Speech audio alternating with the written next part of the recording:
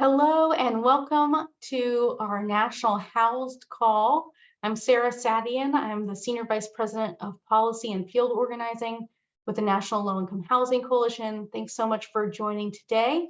As a reminder, our National HoUSed call or our National HoUSed campaign focuses on advancing anti-racist policies and achieving the large-scale and sustained investments that are needed to ensure that renters with the lowest incomes have an affordable, accessible place to call home. And we launched this campaign because we recognized that more than ever, we needed really bold solutions, bold policies to ensure that people with the lowest incomes and those who are the most marginalized have a stable, affordable, accessible home. On our call from all of you guys, we have advocates from across the country, including homeless service providers and shelter providers, housing advocates, resident organizers, people with lived experience, including people who are receiving federal housing assistance or in need of housing assistance, people experiencing homelessness, philanthropy, and media, a really broad range of participants on today's call. We added a new speaker into our agenda, so I hope you'll bear with us. We think it's really a critical issue that we wanted to bring to your attention. So first we'll hear from a speaker from the National Homelessness Law Center, who's going to talk about a recent decision by the Supreme Court to take up a case on homelessness that could be really critical to the work all of us are doing in our communities. We'll also get a policy update from Kim Johnson at the coalition. There's a lot happening around the federal budget and tax policy that you all should know about. We'll learn about disaster recovery legislation at the federal level and a local perspective from Hawaii, who is in the midst of recovering from fires. Before we jump into the agenda, I just wanted to remind folks that you can ask questions in the Q&A box. It's a little easier for us to answer questions if you put them there instead of the chat, if you can. Remember that we're all amongst our peers and our friends here, and so speak respectfully on the chat box if you can. And then a last reminder that after today's call, we will share a copy of the PowerPoint presentation, and any of the materials that our speakers share, we'll email that to you so that you have a copy of that in the coming days. Finally, just a note, we're changing our calls so that rather than doing them every other week, we're going to do them monthly for 2024. We're also going to reduce the length of the call from 90 minutes to 60 minutes. So we hope this makes it a little bit more accessible for all of you guys to join. Our next call will be on February 12th, and we hope to see you there too. So with that, I'm going to welcome our first speaker, Jesse Rabinowitz from the National Homelessness Law Center, who's going to share a really urgent update about what's happening at the Supreme Court. Jesse, I'll turn it over to you.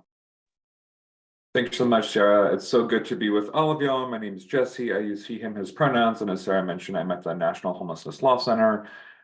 We just like a preface, we have been going nonstop since Friday at 3 o'clock. So we are a bit tired, and all of this is happening very quickly. And we appreciate everyone for giving us some grace as we do the best we can about this. This case is called Johnson v. Grants Pass, but it's really a case about cruelty against homeless folks. So we can go to the next slide. I want to talk about for a second how we got here. I think folks know that in 2018, there was an important case called Martin versus Boise, which said that in cities where there isn't enough shelter, it's cruel and unusual punishment to arrest people for sleeping outside.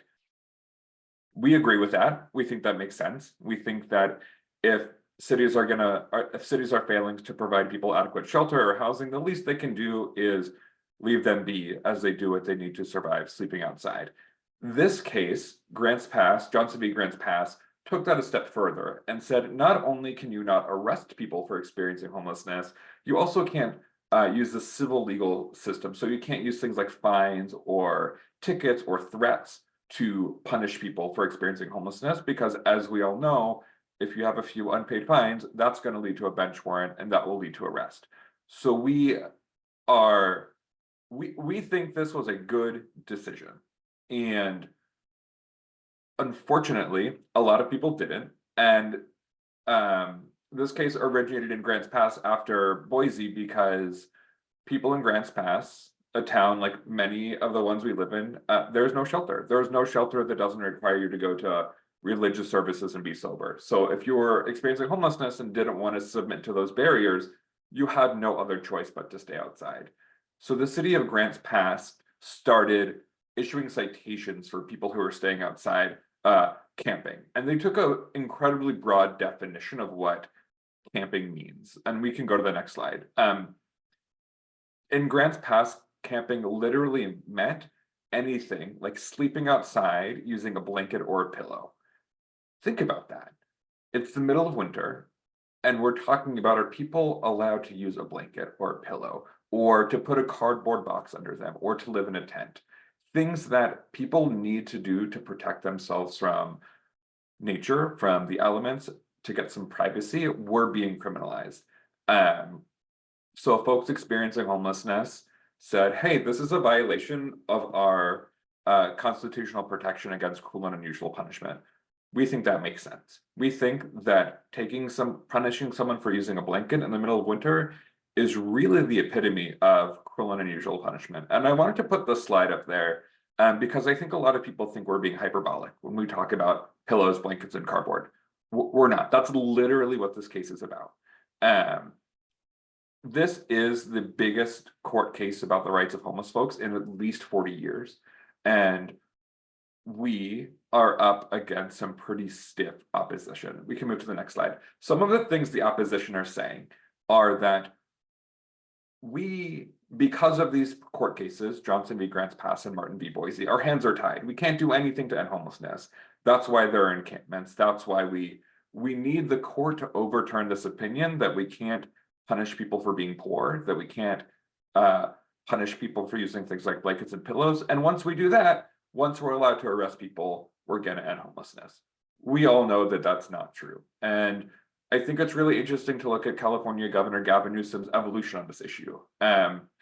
Gavin Newsom supported Martin v. Boise, the Supreme Court case, or not, sorry, the court case that said you can't arrest people for being homeless.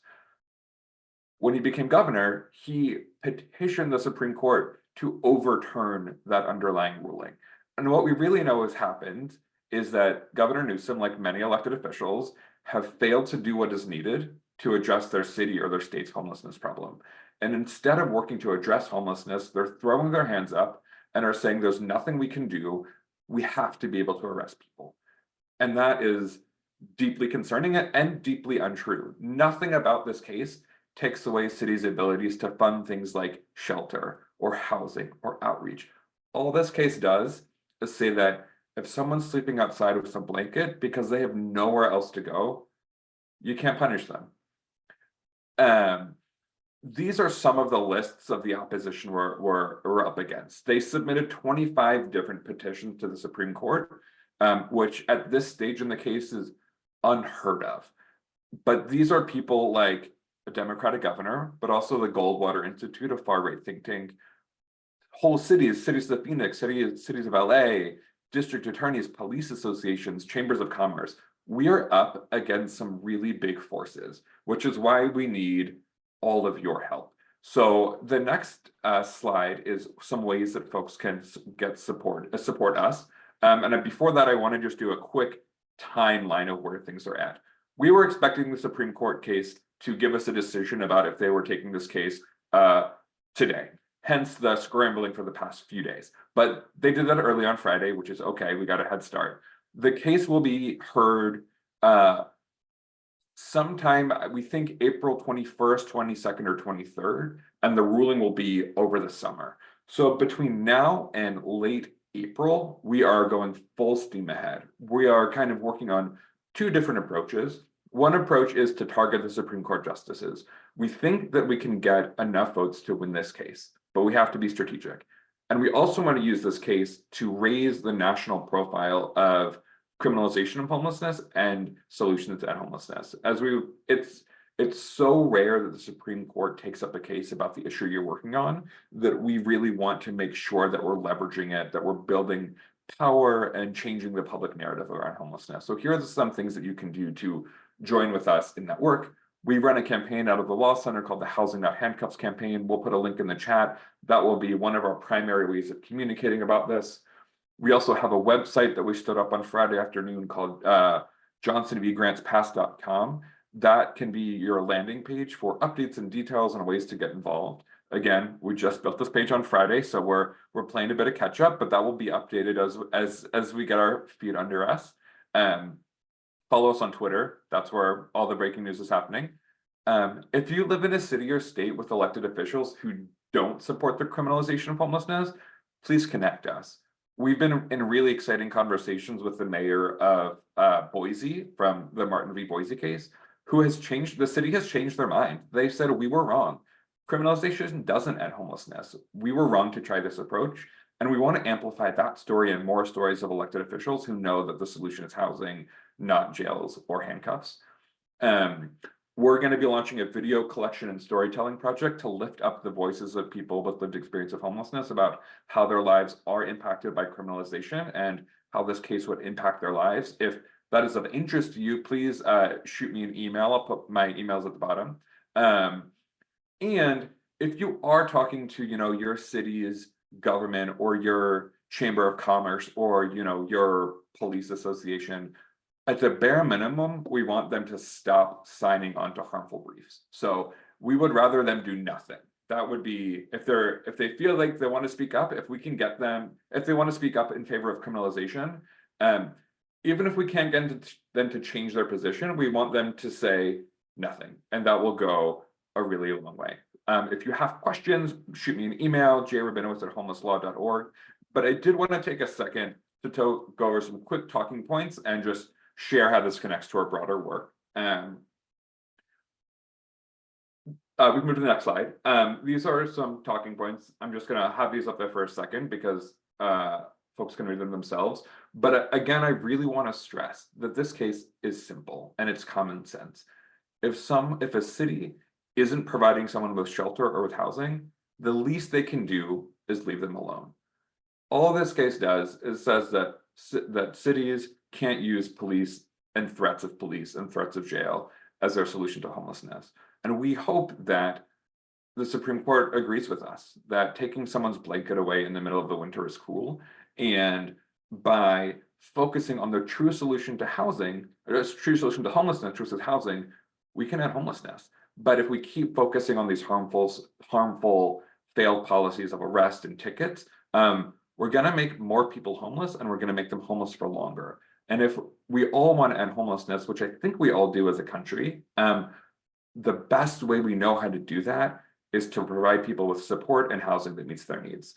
Let's go to the next slide. I do want to underscore that this is not an isolated incident. There's a national movement to arrest and criminalize our way out of homelessness and to defund housing. So these are all different states where there is either current or ongoing laws that are either have been passed, that we've defeated, or that are being heard about criminalizing homelessness and taking funding away from housing. I want to focus just for a second on Kentucky. Kentucky just introduced a bill called the Safer Kentucky Act that will do a few things. It takes away money from housing first. It criminalizes people for being homeless, but it does something else that we've never seen before, which is it says that if someone's sleeping on your property, you can use force to get them to leave, and you can even use deadly force if needed. It evokes the stand your ground protection to respond to homelessness.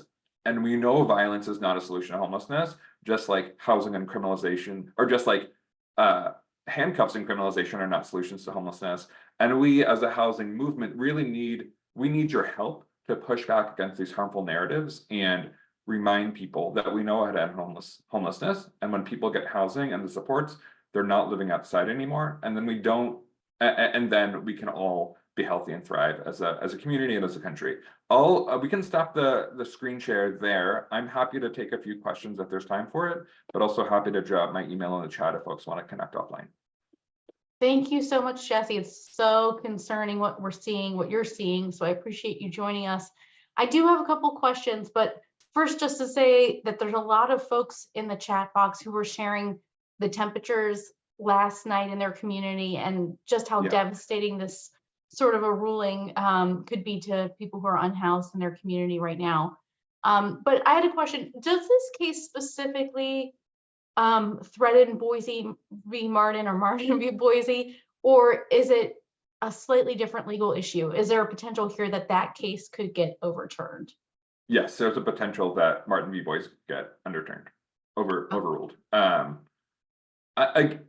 I think we can win this case. I think if we all work together and if we are strategic and build power and get our messaging tight, that we really can win this. But there's a lot at stake. This will have detrimental impacts to the 250,000 people who sleep outside each night. This is a huge deal. Absolutely. Barbara Dunn mentioned that you might want to check out Mayor Baraka from Newark, New Jersey, who might be an ally for you. Amazing. If someone can make that connection, that would be great. Barbara, email me and we'll connect you to Jesse, or email someone on the team, and we can do that. Other folks, if you have other elected officials that you know of who might be interested, feel free to contact us or contact Jesse directly. If you don't have this email address, let us know. A question is there a connection here? Could this ruling, if they were to rule in a way we didn't like, could it be used as part of an effort also to force hospitalization on people who are unhoused? Is there a connection there as well? That's from Danielle Motor. I'm not sure. Let's connect offline. I don't know. Let me ask one of our attorneys and I will get back to you. That's perfect. And then I have a question from Gina Wilt that says, one, thank you for your presentation. This does seem like it's a national movement, and appreciate the map that you're sharing. Are you only looking at state and federal laws, or does your map take into account larger cities or other cities that are criminalizing homelessness? Right now, we only have the capacity to look at state and federal laws, but we know that most of the harmful laws are happening on the city or municipal level. But you know, we're a small team, we're a small shop, and we can't track it all. But we want to support people in cities and municipalities working to prevent criminalization of homelessness. So if there are things we can do, please reach out to us. And then I had one more question too, and I'm like an unofficial lawyer. I went to law school, but I don't practice. But if you mentioned that the time frame was for them to hear the case in April, isn't it usually they hear in October, they'll make a decision in June? Why is it that this is being heard sooner than that? And what does that mean for us? I don't know the time, like why it does feel faster, but it means that we have to do a lot of work in a few short months.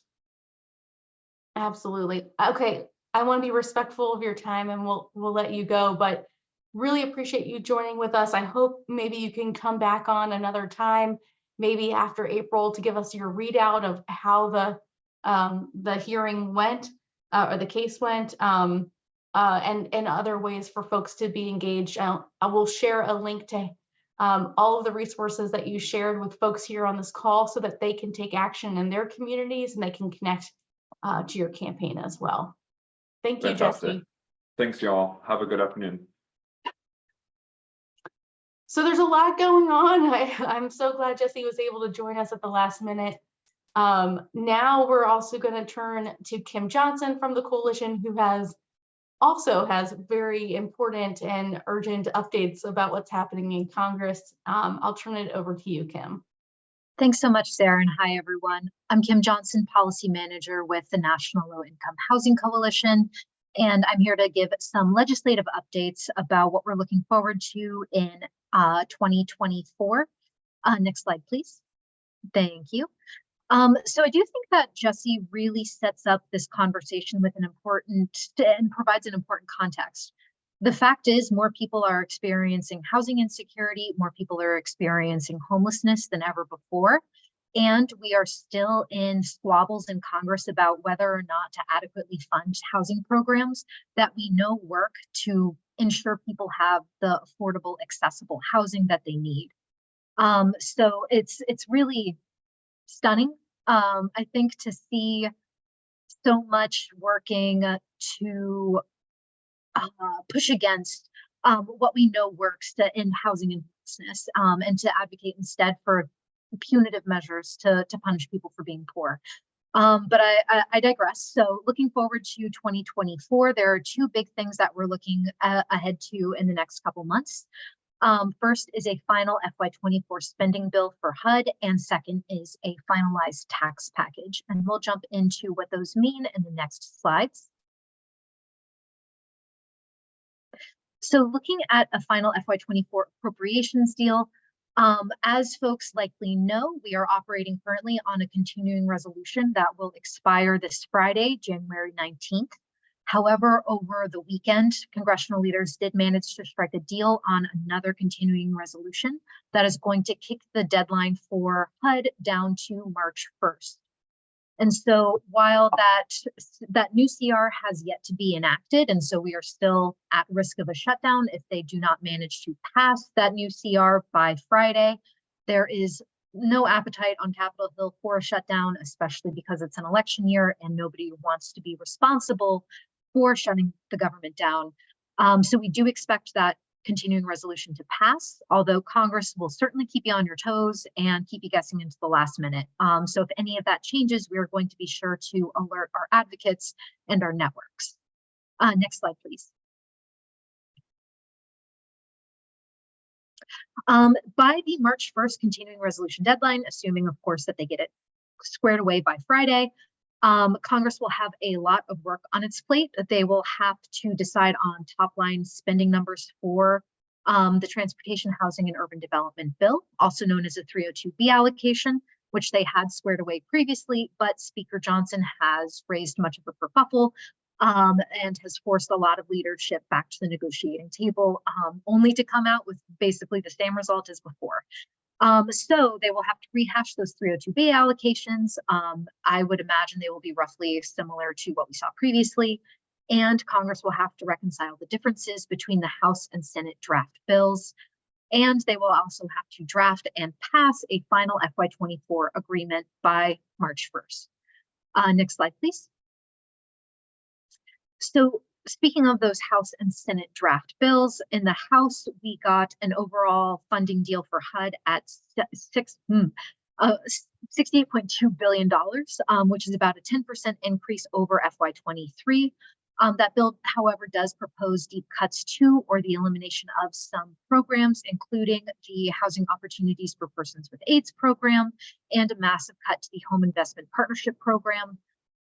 Over in the Senate, programs fared better. Senators provided HUD with an overall funding level of $70.06 billion, which is about a 13% increase. And there were a few funding cuts under the Senate draft. But the long and short of both of these bills really is that at current levels, neither bill is expected to provide sufficient funding to renew all existing housing choice voucher contracts. If we could get the next slide, please, we'll break down what that means.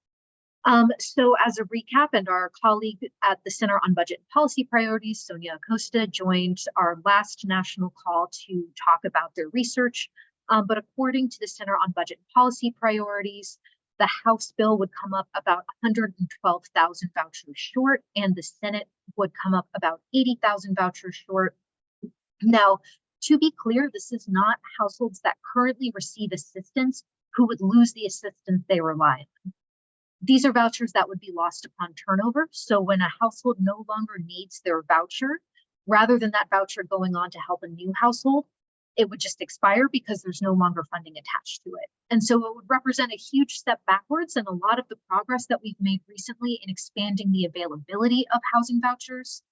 And even as we recognize the successes in the expansion of expanding that program, it's still only 1 in 4 households who are eligible to receive vouchers who actually receive one. So that 75% of people who should otherwise be able to obtain one are left to struggle to afford the cost of rent. Next slide, please. Thank you. And so in reaction to all of this ongoing drama on the Hill over FY24 appropriations and ensuring we have adequate funding for all of those programs that we know help solve housing inaccessibility and homelessness, we are hosting a national call-in day, a national day of action with our colleagues at the Campaign for Housing and Community Development Funding, or CHCDF. That National Day of Action is going to be January 25th. So on the 25th, we and our colleagues at CHCDF are going to ask our networks to urge their members of Congress to fund housing and homelessness programs at the highest level possible in FY24. We're also asking HUD specifically, or asking Congress rather specifically, to support NLIHC's top funding priorities, including full funding to renew all existing housing choice vouchers, full funding for public housing operations and repairs, the Senate's proposed funding for homeless assistance grants, protecting a $20 million investment in the eviction prevention grant program that was provided in the Senate bill, and the House's proposed level of funding for Native housing. We have our Take Action page where advocates can find our phone to action link, which is a really, really fast way of contacting your members of Congress. If you're like me and the idea of cold calling someone makes you break out in hives, then you can also use that page to email folks so that you don't have to worry about calling. But we really encourage our networks to get activated on January 25th and anytime really, in order to continue pushing Congress for these needed. Next slide, please. And finally, an update on a tax package. So over the weekend, members of Congress struck a final deal on a bipartisan tax proposal. That proposal is going to expand the child tax credit, which is great, and expand some corporate tax breaks, and it also includes some LIHTC provisions. It does not, however, include some key reforms to the low-income housing tax credit that would ensure that the credit better serves people with the lowest incomes. And for just a little bit of a recap, the low-income housing tax credit is the nation's largest source of federal financing for the construction of affordable housing.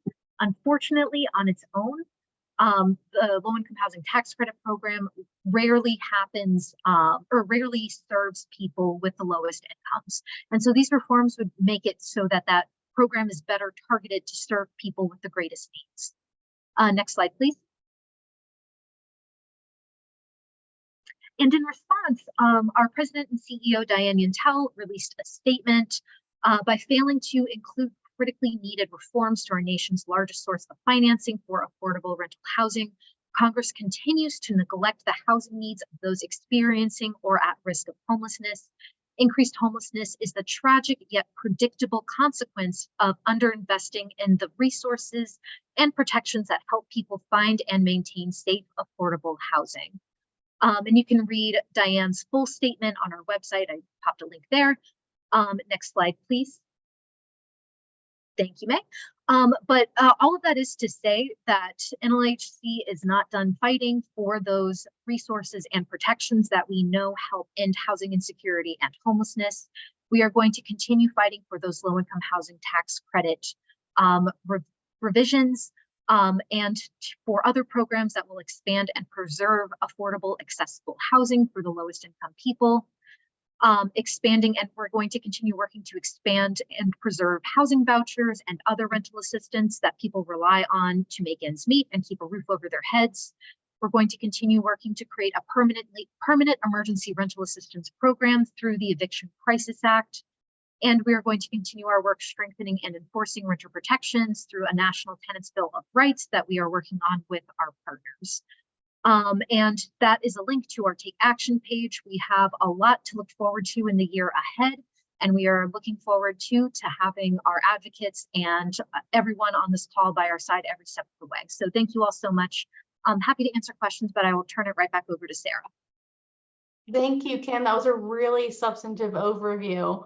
But folks on this call, they should be marking their calendars now for January 25th to participate in the National Call-In Day.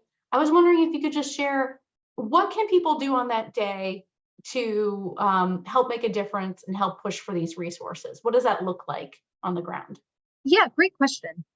So one thing to flag is that we will be developing and sending out materials for National Call-In Day to our networks. So we're going to be sharing that with everybody. So we'll have talking points, we'll have sample tweets that you can use, we'll have a short little call-in script that you can use to contact your members. But really, I think one of the things that's most important for advocates is just showing up and letting members of Congress know that their actions and their decisions have consequences, right? These are real people who are affected by the decisions that are being made. And so for folks who are using a voucher, what would it mean to not have that anymore? What does it mean for people who are paying, over 30, 40, 50% of their income on rent? What does it look like for you that these programs are so underfunded? So really sharing your message with Congress makes such a difference in the advocacy that we do. Thank you for that, Kim. I think it's amazing that we're at the same time, we're having this conversation about how homelessness is increasing to record numbers. The threats to people who are unhoused are really high, both the threats legally through the Supreme Court, but also in terms of violence against people who are unhoused. And at the same time, Congress is either passing resources that don't reach those populations well enough, or in this case, taking resources away from those, not taking away from, but would otherwise be used to serve these households. So I hope folks take advantage of January 25th, mark your calendar now, and we'll make sure to pass along those resources that Kim mentioned so that you can participate. Thank you, Kim. Thank you. Okay, now we're going to shift gears a little and we're going to learn more about disaster recovery at the federal level and then a local perspective. So we'll start with Noah from the National Low-Income Housing Coalition, and I'll turn it to you. Thanks so much. Yeah, let's keep the good vibes going and talk a little bit about the ever-increasing severity and frequency of disasters. But again, looking at the silver lining of what work is being done in Congress to attempt to better address that. So there's been, I identified couple of trends for kind of the past year of disaster recovery legislation in Congress. There's been thankfully, I think a focus on equity in terms of the distribution of disaster assistance to disaster survivors and their communities. And I think that's a big testament to a lot of the work of NLIHC's Disaster Housing Recovery Coalition and our friends and partners kind of in the space, building up that that knowledge and just educating policymakers on like what exactly is wrong with our disaster housing recovery system. Looking at kind of other things, we have a lot of focus on customer experience. That's the like how a disaster survivor interfaces with federal agencies that are responding to a disaster, especially easing application burdens, as well as kind of revamping how data is shared amongst federal agencies. And of course, the ever-present push for federal disaster recovery funds. And I'll take the next slide. So we have a couple of bills on the hopper. These are all bills that NLIHC has endorsed via its Disaster Housing Recovery Coalition. The first one is what I like to call, my white whale, which is the Reforming Disaster Recovery Act of 2023.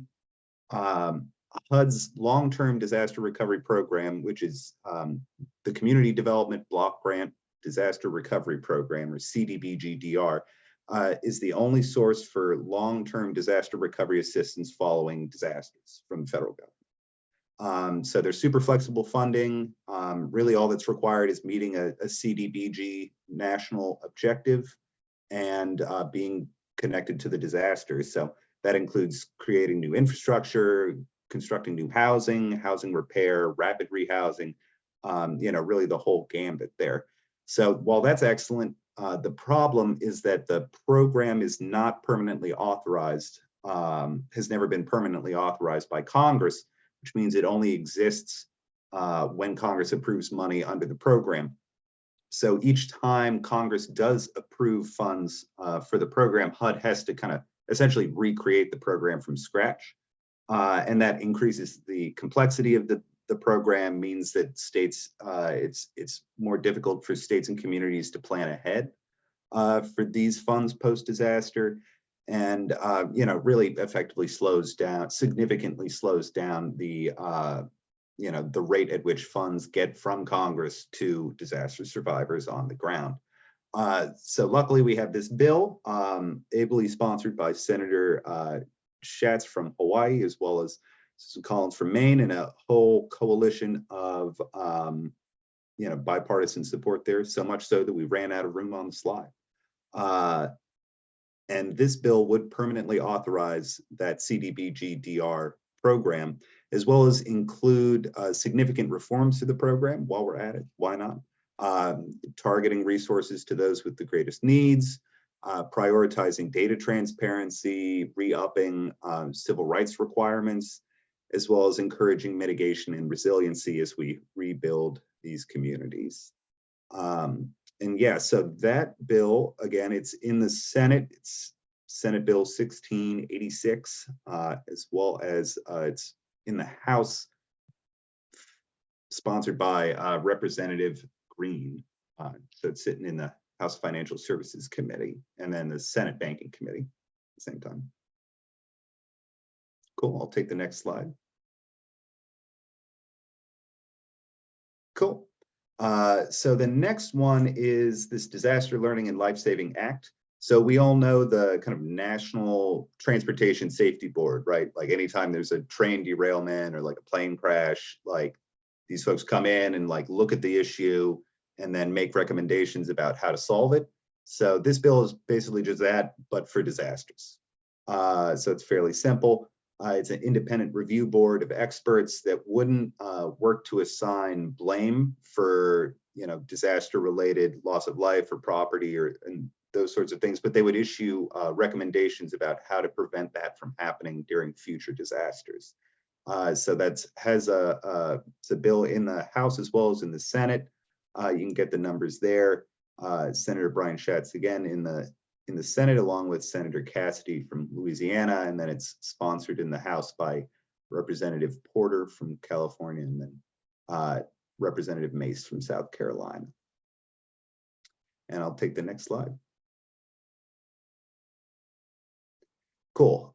This is perhaps my favorite named bill so far that we have. This is the Stay Cool Act. It is HR 4314 in this year's Congress, sponsored by Representative Bonnie Watson Coleman. It includes a large amount of support for communities that are experiencing heat waves. So I think we all know, and I would recommend folks watching this excellent documentary called Cooked: Survival by Zip Code about this issue, but households with low incomes oftentimes experience significant impacts due to heat waves based on their lack of access to cooling infrastructure, utility issues, and that sort of thing. And so this bill would work to ensure that tree cover is effectively spread across urban areas to prevent kind of heat island effects, subsidies for utility spending, the creation of cooling centers in neighborhoods across the country, and that sort of thing. So that is this bill, and then I'll take the next slide. I can pop that documentary in the chat at the end. So this bill is the Disaster Assistance Simplification Act, sponsored by Senate HISGAC Chairman Gary Peters, as well as Senator James Lankford. That's Senate Bill 4599. This bill would create a universal application across all federal agencies responding to disasters. So instead of like currently, you file out a FEMA application, and then when HUD comes along, you file a HUD application. You want to get a small business loan, you file out an SBA loan. If you want disaster SNAP, you'd file something with the Department of Agriculture. So this bill would bring all of those applications together. So it's a one-stop shop for disaster survivors. And it's important because the survivors experience a significant administrative burden kind of filling all those applications out constantly. It's almost a full-time job after disasters. So this is attempting to get at that. I'll take the next slide. Cool. This is the final bill that we have on deck here. It's the Federal Disaster Housing Stability Act. HR 3219, introduced by Phyllis McCormick out there in Florida. And this bill would include two different types of moratoriums, post-disaster eviction moratorium for 120 days for the impacted area, so prevent any evictions from occurring immediately after the disaster, as well as a moratorium on rent increases for 120 days after a disaster, as well as a post-disaster foreclosure moratorium of 6 months. So this seeks to kind of get at any sort of fluctuations in the housing market after a disaster, especially a disaster that knocks out a significant amount of housing in an area. Given that the vast majority of the country is experiencing a housing crisis at this moment, anytime you do knock, rental housing or even homeowner-owned housing out of commission, you're going to have a housing crunch in those areas. It does create an incentive for landlords to seek to evict tenants, raise the rents to reflect, increasing demand and that sort of thing, combined with just the economic disruption. You can't get to your job because, the road got blown out or something like that. Creates a significant issue after a disaster. So this bill would help address those things. And I think that's pretty much all I got. I will say, if you're interested in helping us get these bills to the finish line, you can join us every Wednesday at 2 p.m. You register right here. Boop. Register right there for our Disaster Housing Recovery Coalition's Disaster Recovery Working Group.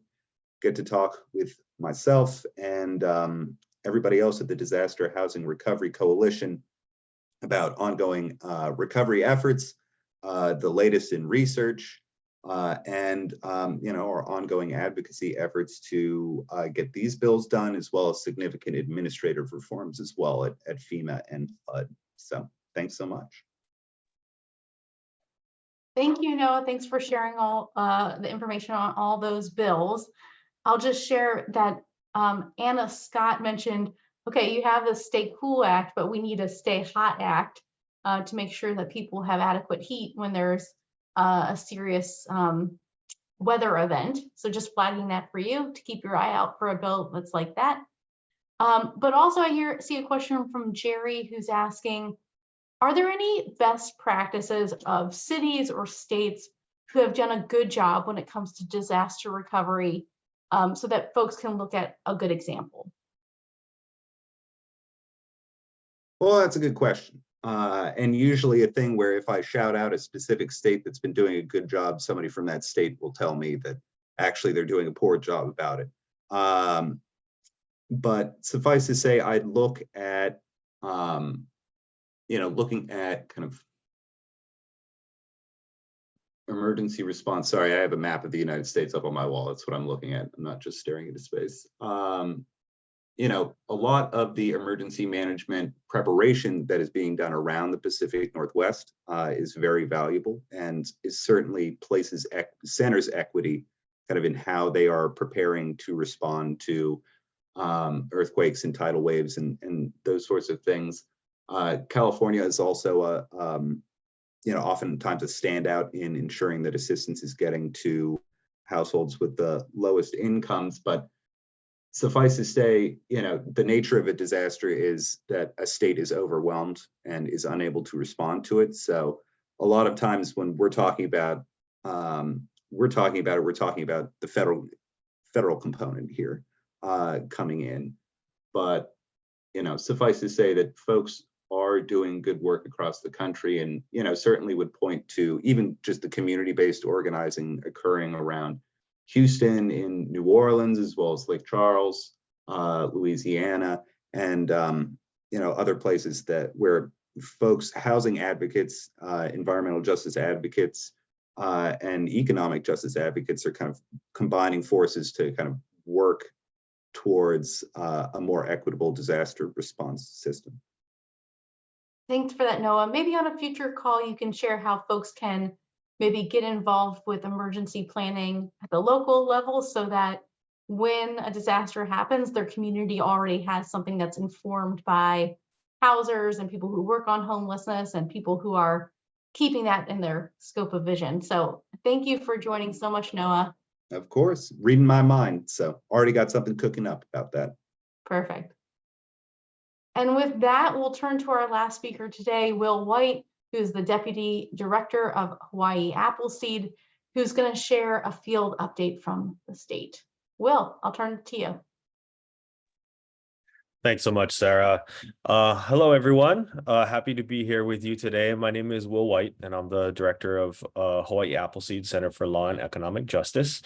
We are a research and advocacy organization working to improve economic justice and opportunity for all of Hawaii's people. And we're mainly doing most of our research and advocacy in the spheres of affordable housing and tax and fiscal policy, and then also in food security. So today, I'm really happy to be here to share a little bit about one of our recent publications called The High Cost of Low Wages.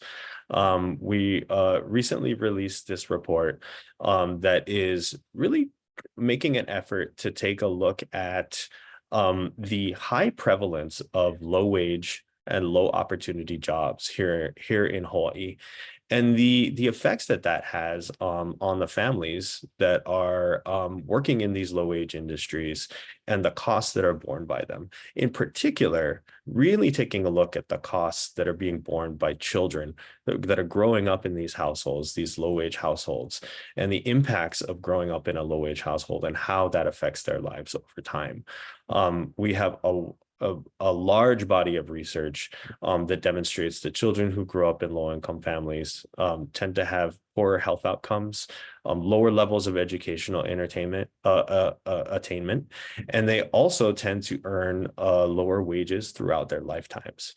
So these problems tend to really compact as a child grows, and what we see is that it essentially begins to perpetuate an intergenerational cycle of poverty.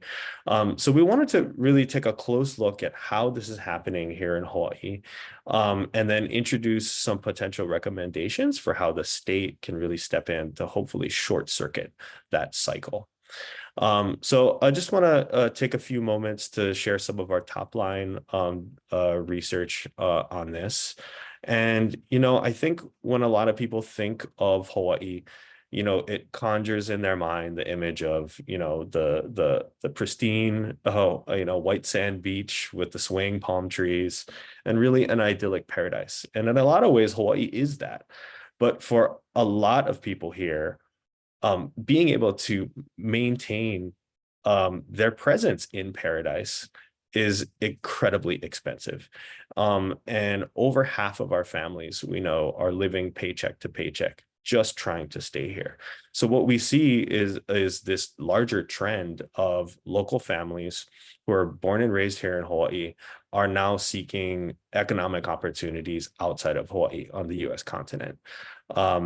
People here sort of playfully refer to Las Vegas as the ninth island because so many people from Hawaii have migrated there in search of cheaper housing, number one, and just a larger variety of economic opportunity in terms of their jobs. And that's a direct result of Hawaii's incredibly high cost of living. So our cost of living is about 13% higher than the average of the US average, higher than California, higher than the District of Columbia, higher than New York. But Hawaii, what we don't, unlike those places, we just don't happen to have as dynamic of an economy here locally. A large portion of our jobs are concentrated in the retail, the food service, and the hospitality sectors, which is largely a function of our tourism-driven economy that we have here. These jobs tend to pay lower wages. They have low opportunity for growth. And what we see is this really hampering the economic opportunities of our state's children. When we look at overall costs for basic needs and necessities, we find that housing alone takes up over 41% of an average household's budget. When we add in cost for food, that's another 15%. So just looking at housing and food alone, well over half of an average household's budget is being taken up just by meeting those basic needs. So it becomes incredibly difficult for families, especially families with children, to really make ends meet and help their kids ladder up, to that next level of economic success. Now we have had some pretty significant victories recently. 2 years ago, the state legislature increased our state's minimum wage. So now it will go to $18 an hour by the year 2028. But when we compare that with what a living wage is needed to survive here in Hawaii, what we see is a living wage for someone with no children present in the household is almost $22 an hour. That's really what they're going to need to be able to make ends meet. Now, when we see the addition of a child into that household, the living wage needed for an adult is upwards of $41 an hour. And once we add a second child in, we're seeing that living wage creep up to upwards of $50 an hour. And unfortunately, jobs in the hospitality sector are not providing this kind of wage so that families can really make ends meet. And this is especially pronounced when we're looking at single mothers. The poverty rate for single mothers here in Hawaii virtually doubles the moment you add a new child or a new dependent into the mix. So what we see is that poverty rates for households with 3 or 4 children of a single mother are almost 55%, almost half, or excuse me, more than half of those single mother households are living in poverty. Whereas those with 1 or 2 children, the poverty rate's still high, but it's hovering around 18%. So, we wanted to take this sort of overall view of, the state that Hawaii's families find themselves in. But we also wanted to make sure that, there are things that we can do in the near term that we can do at the state level. Our legislators can pursue some really targeted interventions that we think can help to short circuit this cycle of poverty. I know this is a housing group, so I want to start with our first recommendation, which is increasing the state's conveyance tax. As given that affordable housing is the highest cost need for low-income working families, what we need to do is look for all the levers within our legislative universe to really divert as much funding as we possibly can to the construction of more affordable housing. And so our state's conveyance tax is really the only dedicated revenue source for investing in affordable housing. So the conveyance tax, some people call it a real estate transfer tax or a deed tax, but essentially it's a tax that's levied on the sale of properties. And the way that funds are dispensed through that, either 38 million or 50%, whichever is less, is dedicated to our rental housing revolving fund, which our state uses as really gap financing for LIHTC projects. And then either 5.1 million or 10%, whichever is less, to the land conservation fund. So, there have been several attempts to, use this as a lever to increase funding for affordable housing over the years. And none have really made it over the line. The closest we got in 2021 was an increase on sales of all properties worth over $4 million. That got all the way up to the governor's desk. It was eventually vetoed. There was the governor's rationale was that there was no exemption for the purchase of properties that were going to be used for affordable housing. So we've incorporated that feedback into this year's proposal, but we really want to center in on those high value properties, essentially a mansion tax, because we know that very wealthy investors that don't live in Hawaii and have no intention of living in Hawaii are buying and selling these very valuable properties as investments, either to sell off later at a later date to make a healthy profit, or to use as a vacation home, where they come and enjoy Hawaii for a little time, but really give little back to our overall economy. So we want to focus in on these very high value properties. So this year we're going to be working with our Department of Planning and Sustainable Development. They have proposed a conveyance tax that's going to really aggressively raise rates on those high value investment properties, and also create an additional fund that can be used to invest in infrastructure. And this is something that I really want to highlight that is so important for affordable housing construction, particularly here in Hawaii. It's all well and good to throw money at these LIHTC projects, but unless we have the infrastructure in place to make sure we can start building, these projects are never going to get off the ground. And our infrastructure is, most of it is well over 100 years old, is in desperate need of improvement.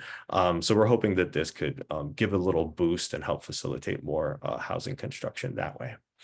The second thing that we're recommending that our legislature invest in is the creation of a state level child tax credit for low-income working families. It's really great to hear that there's some movement in Congress to make some improvements at the federal level. But the reason why we're really pushing this idea now is because we saw the dramatic impacts that this had on the child poverty rate during the COVID-19 pandemic, when the federal government expanded the child tax credit to $3,600 for all children ages 0 to 5 and $3,000 for children ages 6 to 17. We saw child poverty rates plummet by 40% during that 1 year, during that temporary expansion. So with Congress failing to renew that expansion, we really think that there's an opportunity for states to start to step in and fill some of those gaps. So I'm sure some of the folks on this call are from the states that have already employed this strategy. Currently, we're up to 14 states nationally.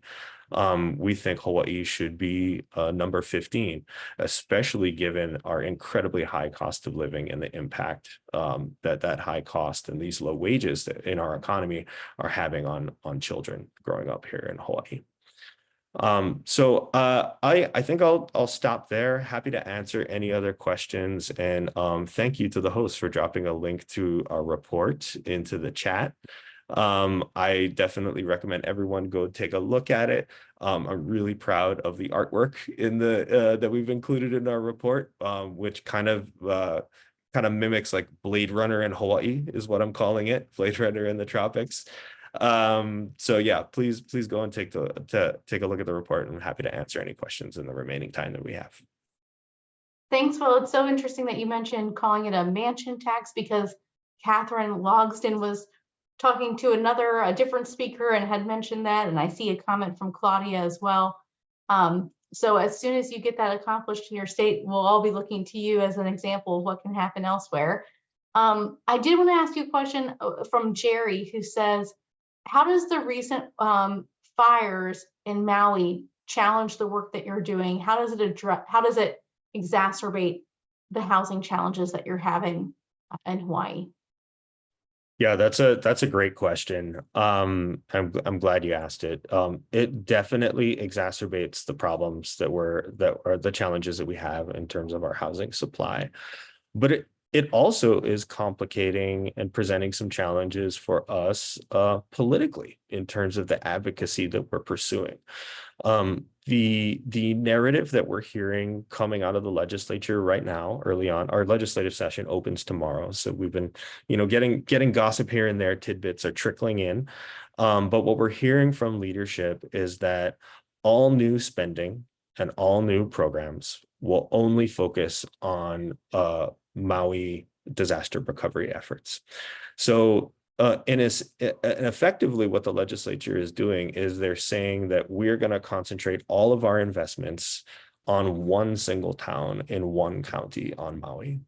And I totally understand, their reasonings for thinking that, and it's a horrible tragedy that happened in Lahaina. And, something definitely needs to be done to make sure that people can get rehoused. But, our narrative to the legislature is that we need to be looking at the state as a whole. our people here in Hawaii have been enduring a slow burning economic crisis for generations. You know, if we go back to media reports, we can see as early as 1970, our leaders were calling this a housing crisis. So that means effectively we've been in a housing crisis now for over 50 years, and we're setting ourselves up to be in a perennial state of crisis. So what we really need to do is take a holistic approach and really push for these deep investments in these programs that we know that work, right?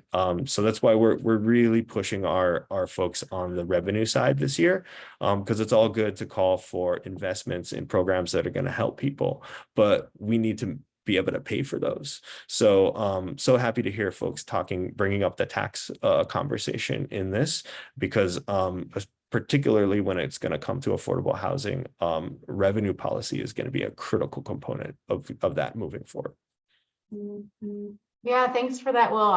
You know, when you brought that up, it raises to me that a lot of times policymakers, whether it's purposefully or unintentionally, are often pitting people who need help one versus another instead of looking at the whole picture and everybody who has housing needs. So I appreciate all the work that you're doing in Hawaii, and thank you so much for joining with us.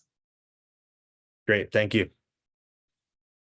And that is all for today's call. Today, I just want to remind folks our next call is February 12th, but you don't have to wait until February 12th to engage with us. On January 25th, we're having a national call-in day that Kim mentioned.